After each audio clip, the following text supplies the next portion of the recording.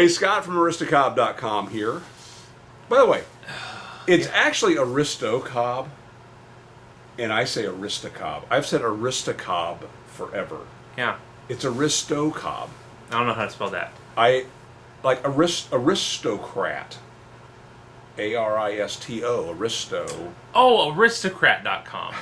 I'm with you. No, it's Aristocats. Oh, okay. It's Wasn't that actually a movie? it's actually AristOcob, and I don't ever say AristOcob. No. But No. guess what? You didn't even say it then. I You own still said AristAcob. I own both URLs. So then it doesn't matter. Spell it any way you like, I guess. Just like I own mywieneryourmouth.com with wiener spelled both ways. So Which both ways, you might ask? try them. Try them both and find out. Hi, Scott from AristOcob.com here. I thought we just did that. I'm Seth from My Wiener Your Mouth. You can spell it however you like. It'll still get you there. Sometimes you can choose to spell My Wiener Your Mouth MMBClub.com. They all go to the same place. Does that one actually work? Yeah, well, it takes you to the same place as My Wiener Your Mouth. Okay, very good. Hey, so Scott from AristOcob.com here. Many of you are already there and you don't even know it. True.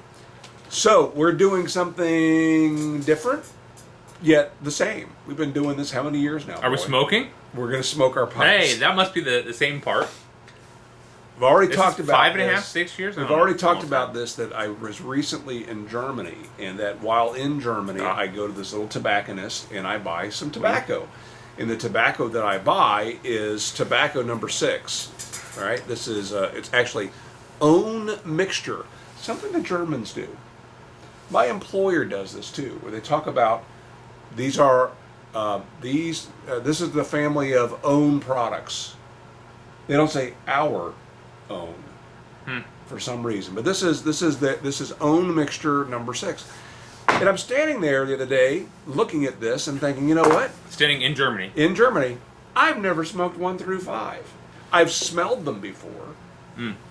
Number 6 always, every time I smell them, appeals to me the most. But I thought, Let's do it. let's do it. And so I bought actually 1 through 6, and we're going to smoke one of these each episode of Markwood Men's Breakfast Club. Now, to be clear, we're going into Tobacco Advent very soon, which is daily from December 1st through the 25th, maybe even a few days beyond. And if you're joining us for the first time, Tobacco Advent is where you, viewers, have sent us tobacco samples of your favorite tobacco. We smoke a tobacco sample a day, chat a little bit, and so every single day there's a new video from December 1 through December 25. And we're counting up, counting down, counting up to Christmas. Yes, it doesn't ever fall in line with the actual Advent calendar. That's not what this is about. But it's good enough for the chocolate calendars and the wine calendars and the beer calendars. That's it true. should be good enough for our tobacco calendar. Right. And so many of you have already sent in tobacco samples. Thank you. Yes, thank you. There's still time if you would like to send one in. If you've got something weird, we would or unique. What happened to? Not bad. I didn't say bad. I said your favorite. Your favorite. But if you have something unique, like if you want to send Lane 1Q for us to smoke, we certainly would appreciate it. That's but we've tried that. But it's always nice to try something from your local tobacconist, or maybe a blend you make yourself. Always really interesting. Thank you again for those who send it. As a thank you, we'll send out a cornament that is a non-smokable cob for your tree. Non-smokable? You weren't paying attention to it. You don't smoke it because it's not a pipe. It's a cornament. It's a cornament. Okay, FDA. It's a cornament. It's a cornament. Okay, so I just opened this tin up, and I have another little story, quick story to tell you. Did we open any of these and let them? No, okay. and that was actually in the vein of your story. Yes, about a week ago, a fellow YouTuber named I have it written down, Ethan Leavitt or Leavitt, Ethan Leavitt. He's actually a past winner of International Corncob Pipe Month, and I want to say he lives in Croatia. But he contacted me and said, hey, I'm going to be in Germany. Where is that tobacco shop that you get your tobacco from? And I'm thinking, there's no way this guy is going to go to the middle of nowhere Black Forest just to get some tobacco. But I gave him the name of the place and the address. He posted a video last week explaining his trials and tribulations trying to get to this tobacconist. And one of the things that I forgot to tell him is when I open up that number 6, I always let it outgas for about a week. I'm already breaking the story here. What do you call He didn't that? do that. What do you call that? I don't know. Spoiler. As a spoiler, he got there. You got to watch his video. We'll link to it in the doobly-doo. You know the most important part of telling a story? Timing.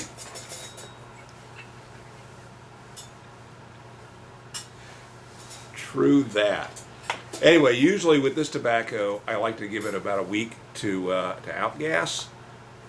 I'm breaking my own rule here. Watch the video. It's interesting because he smoked it right away, gave response to that, tried it again later, and had a completely different experience. So of course we're not doing that. Whoa!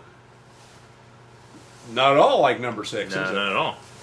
I mean, I didn't expect it to be, but Okay, so this is an aromatic. there's some. It smells of It's a chocolate. It's a lot of Virginia. Could be chocolate. If it is, it's a chocolate that has what do you call like a chocolate liqueur? It's got a little bit of an alcohol taste to it. All right, I'm smoking this in a Country Gentleman with a bent amber Danish bit.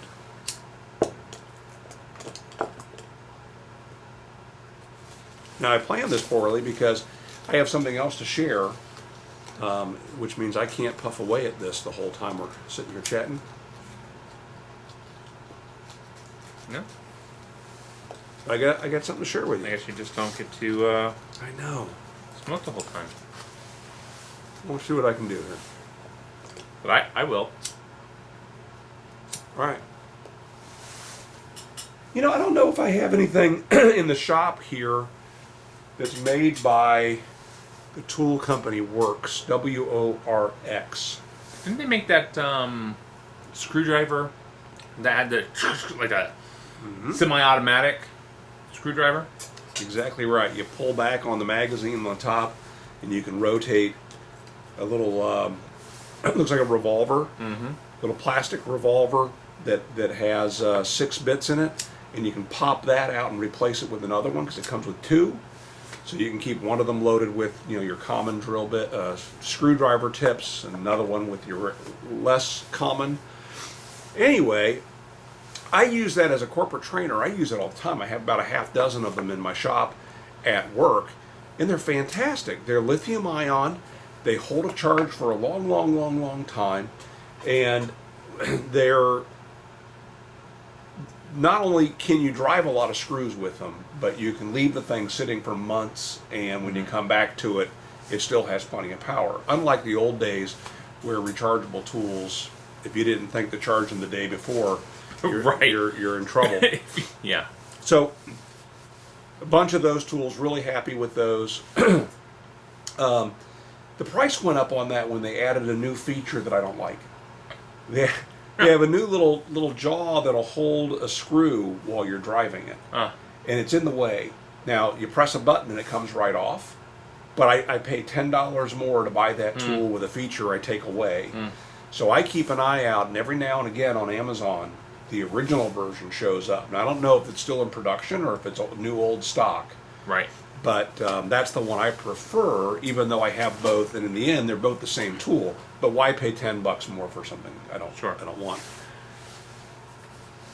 I have 2 of their string trimmers, cordless string trimmers. I have an 18 volt and a 20 volt. The 18 volt was the first one that we bought, and maybe you've seen the infomercials where they show them, using it as an edger and using it for string trimming as it is designed to be used for.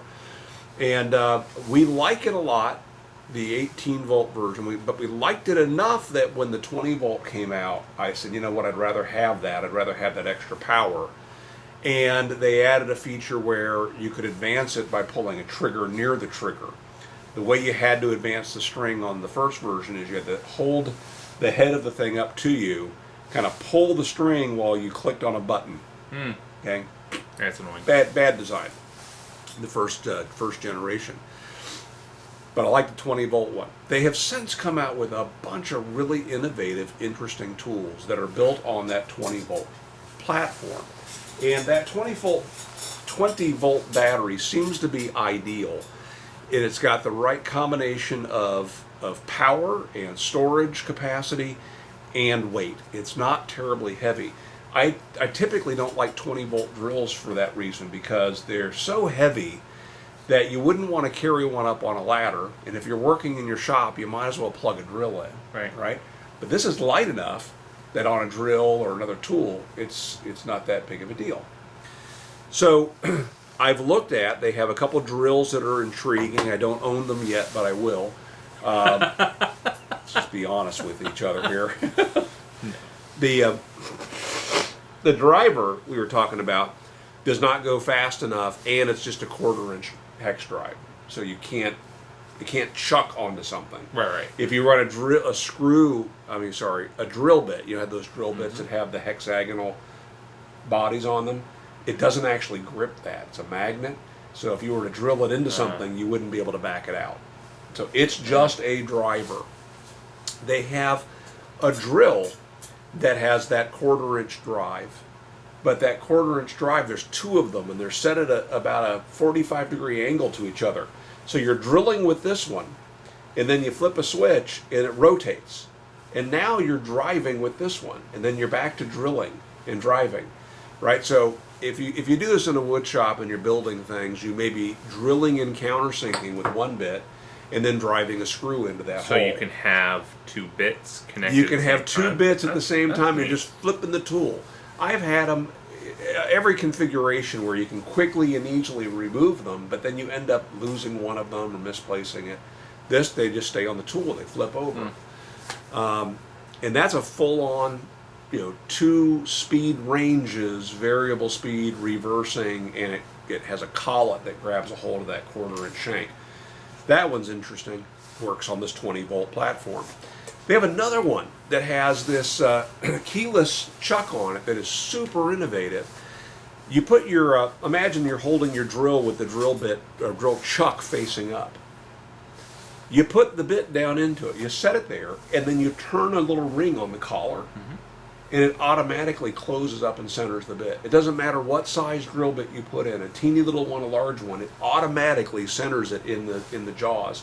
I played around with that at the store the other day, and it appears to have a second set of jaws down beneath it that help to force everything into the center. It's electronically controlled between drilling, driving, and impulse. So it's not a hammer drill like you've seen, the ones that go crazy fast until they hit some resistance. No, it pulses. Really interesting tool. And the only reason I know it's really interesting is I went to Menards in Ohio, and I was looking to buy a new saw that they've come out with. Works on the 20 volt platform. And I went to one store, I saw the saw, I played with it, I thought, yes, I think I want to get this. It was on sale. It's regularly $100, and that seems to be their price point on a lot of their tools. They're shooting for 99 bucks. But they also sell most of these tools without a battery. So if you've already got several other tools, their charger, a couple batteries, you just buy the tool and you save yourself probably 30 bucks or more, depending upon how many batteries you would normally be looking for. So I made the decision after we went and looked at them that I was going to go ahead and get the saw. So we ended up at another Menards on the way out of Ohio, and while I'm looking at them again, I noticed one of them has the battery on it. They don't ever have the battery on the display unit. So I grabbed the drill, I played with that for a few minutes, convinced myself that, wow, that's really cool. I grabbed the one with the rotating it. Wow, that's absolutely awesome. I'm going to have to own both of these. And then I stick it on the saw. And I'm playing with this thing, and let me just show you the saw. Okay, the saw is very interesting. It is a jigsaw, or a saber saw, as really I think technically they're called. I've got a couple seals to cut on here. You want to close that? And there it is. Pretty straightforward, pretty simple. Okay? Now what's interesting about this, unlike most jigsaws, this does not have an angled plate on the bottom. It is locked in at 90 degrees. I don't know about you. Those things drive me nuts. Yeah. It's so rare that I need to cut an angle, right? But I need it to cut 90 when I want to cut 90, and I've had them move on me in the middle of a cut. It's got a toolless insertion for the cutter, and it uses the Bosch style saw blades. That's the one that have the T shank. You know that Bosch makes amazing blades. Here, hold that for a second. It might have come with a blade. Let me see. It did. It came with a couple blades. It is variable speed. It is. It comes where it will reciprocate or cut perfectly straight. So if what you're wanting to do is to make a really fine straight cut, like in a piece of metal, for example, you want to cut a pipe, you might want to use a fine tooth blade and have it cutting just straight up and down. If you're cutting very aggressively on some OSB, some particle board, some plywood, you might want it to cut more aggressively. So with this switch on the front, you're able to have it actually swing forward as it cuts. Okay? So this is a Bosch style blade. It's got a little T on the shank here. Be careful now. I mean, all right, we're gonna do it. All right. I imagine that's what it's here for. It is. We're gonna show it off. So I'm gonna pull back this little lever right here. I'm gonna put the blade in. So what is that blade? This is a metal cutting jigsaw blade. Okay, so with this right now, let's have it set to go just straight. Okay, or you can set it to oscillate. Now at that, it's actually going forward as it strokes. Interesting, straightforward. Does have a safety button that you can push from either left or right if you're left-handed, right-handed. And again, it's locked in at 90 degrees. I like that.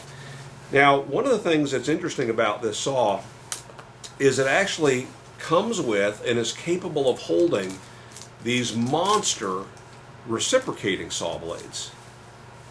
That's unusual for a saw of this size. Let's just go ahead and put that in here. Figure out which way that one goes in.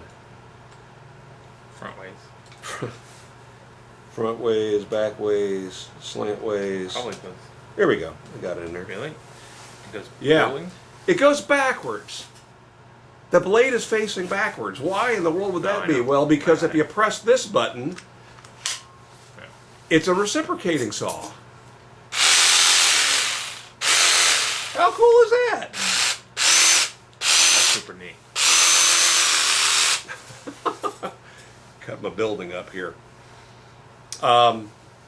Because I already have the batteries and the charger, I bought it without. It was $59. It's just really beefy for a plastic tool. And the thing I have to say about the Worx tools, every single one of them that I've used, it is as if they went out and took a look at the do-it-yourselfer grade, the home grade tool, and figured out a feature that was missing that would make it more handy. Not a gimmick, but a feature that would make it more handy. And with actually increasing the quality. This is better than any Black & Decker tool I've bought in the last 20 years. Really interesting tools. When I get the other drills, I'll be sure to show them off here. But Worx, W-O-R-X. They also have a very interesting circular saw.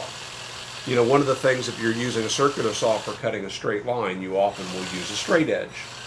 Well, the saw blade cuts some distance in from the edge of the sole plate on the saw. So what you have to do is you have to find out what that dimension is. If you want to cut 12 inches from the edge of your plywood, you have to subtract that amount.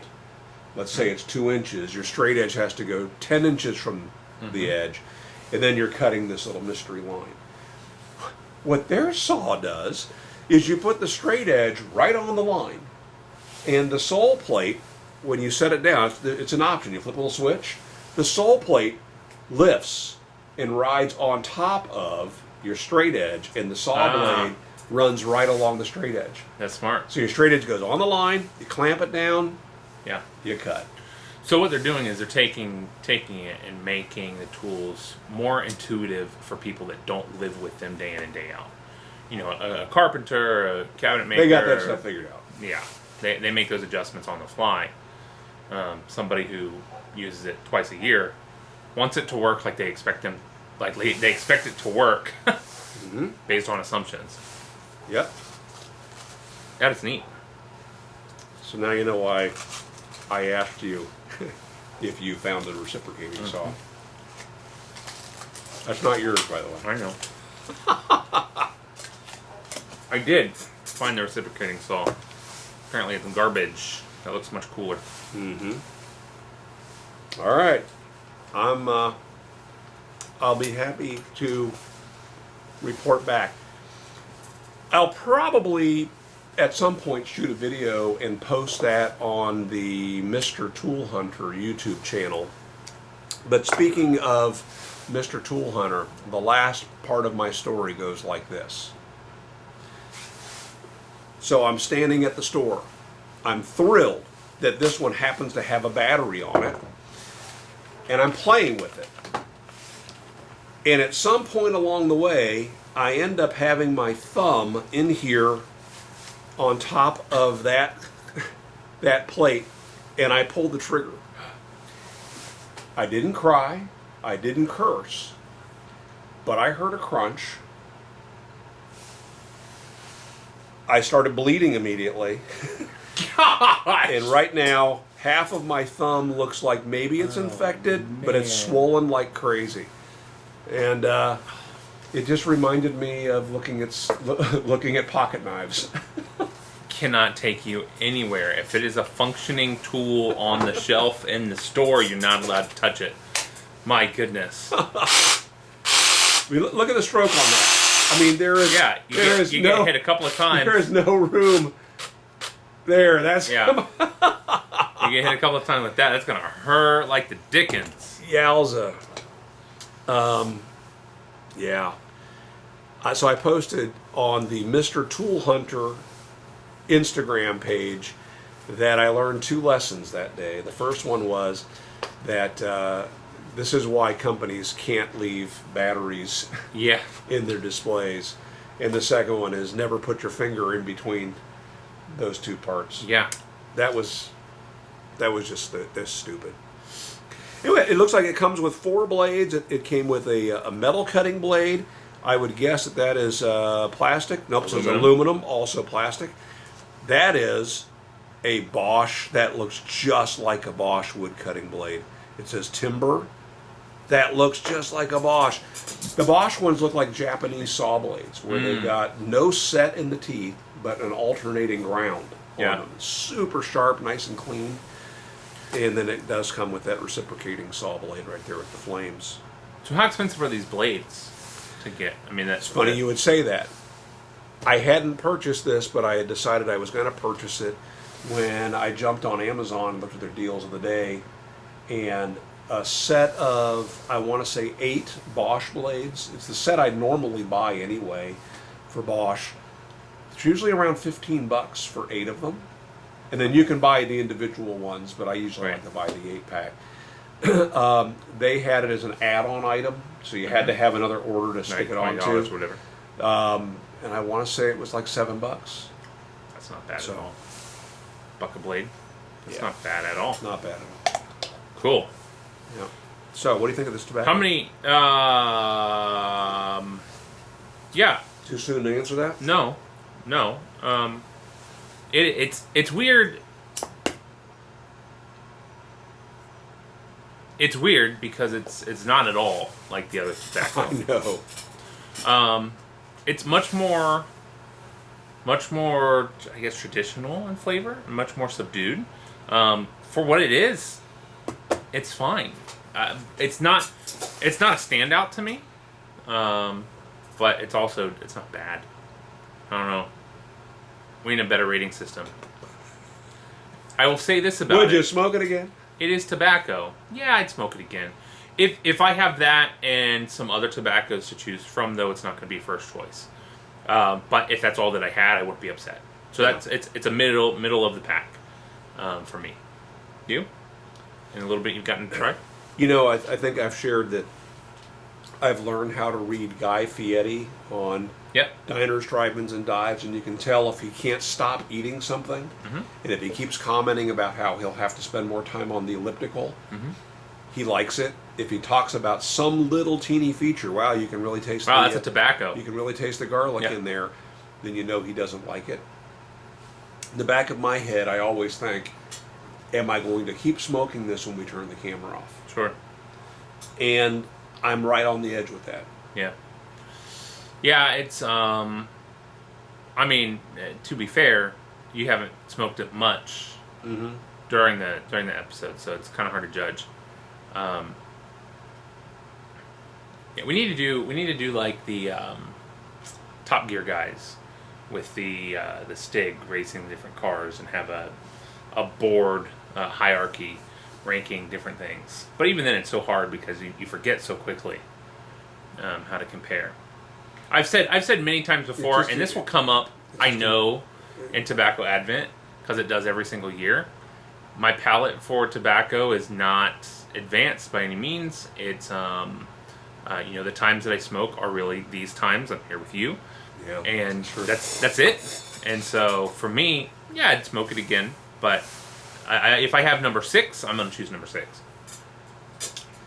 All right, so this is on our scale to 6. Here's what we'll do. With 6 being number 6. I'm going to say we should rank just these 6 tobaccos. All right. When we're done, we'll do that. We can do that. So, all right, cool. Well, thank you guys for watching. Join us next week as we smoke tobacco number 2, I think, or maybe we'll pick it random. I don't know. Find out. No, we're going straight through. Okay. Well, then next week we'll smoke tobacco number 2. Way to take the mystery out of it. Wasn't that random? Hey, tomorrow for those of you and us in the U.S. is Thanksgiving. I hope you have a great one. Hope you have opportunity to spend it with family and loved ones, friends. Eat some good food. Enjoy just time relaxing and recuperating before the craziness of the Christmas holiday. Yep. So, Thank you. Happy Thanksgiving. See you next week. And to the rest of you, happy Thanksgiving. Yeah, that's right. And happy International Corncob Pipe Month. There you go. Take that. All right. See ya.